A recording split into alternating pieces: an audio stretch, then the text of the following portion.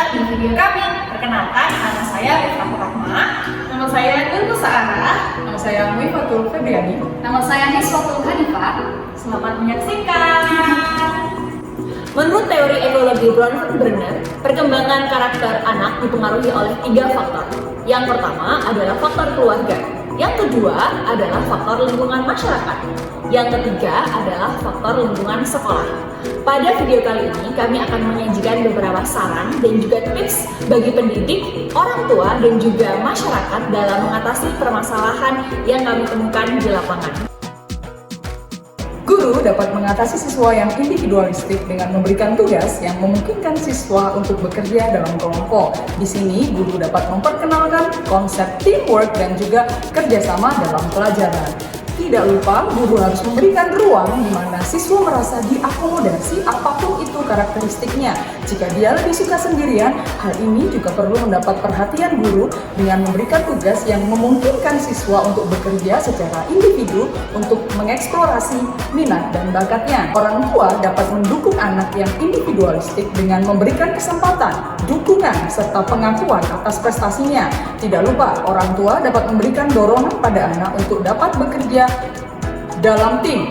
Namun, tetap perlu diingat bahwa setiap anak berbeda dan perlu ditangani dengan cara yang berbeda pula.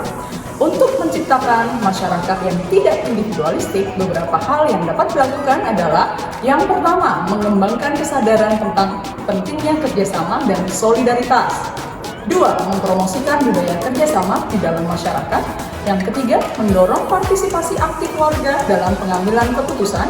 Dan yang keempat, menciptakan komunitas yang inklusif dan menghormati perbedaan. Nah, semua hal ini harus dilakukan dengan cara yang bersifat partisipatif, yaitu dengan melibatkan berbagai pemangku kepentingan dalam masyarakat dan bekerja sama dengan mereka untuk mencapai tujuan yang sama.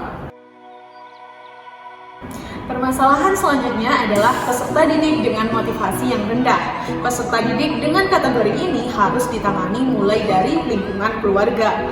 Orang tua harus menyadari bahwa sains dan matematika bukan satu-satunya ilmu yang harus dikuasai anak untuk sukses.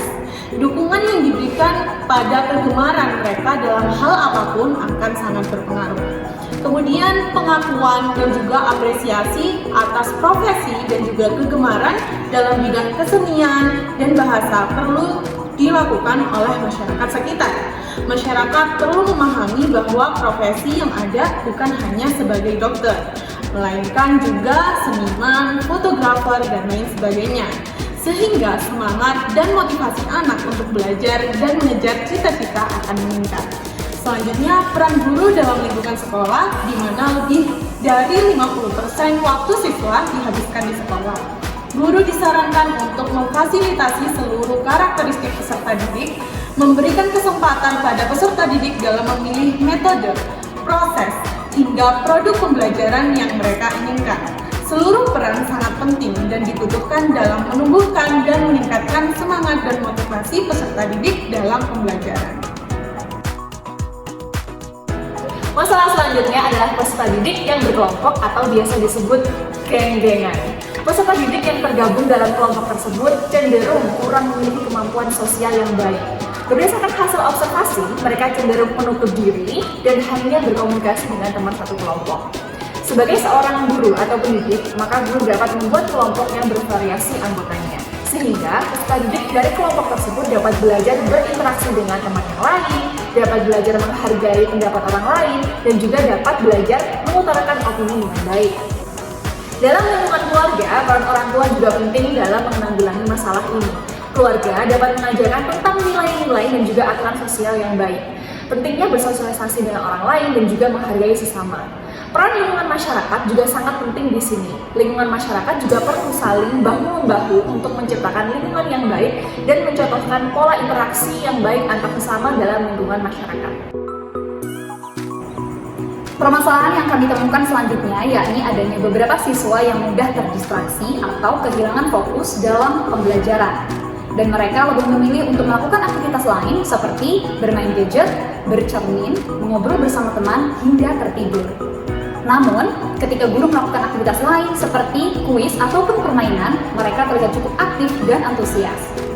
Dalam hal ini, guru tentu tidak boleh abai karena ditakutkan siswa akan melakukan perilaku yang serupa pada mata pelajaran lain yang pada akhirnya akan merugikan diri sendiri. Lalu, apa yang bisa guru lakukan? Guru perlu memahami ragam gaya belajar peserta didik, sehingga guru dapat berupaya untuk mengakomodir semua peserta didik secara optimal. Apabila peserta didik mengulangi perilaku yang sama dan tidak menunjukkan perubahan, maka perlu bagi guru untuk mengkomunikasikan hal tersebut pada orang tua, sehingga keluarga juga dapat memberikan arahan dan pendampingan untuk peserta didik.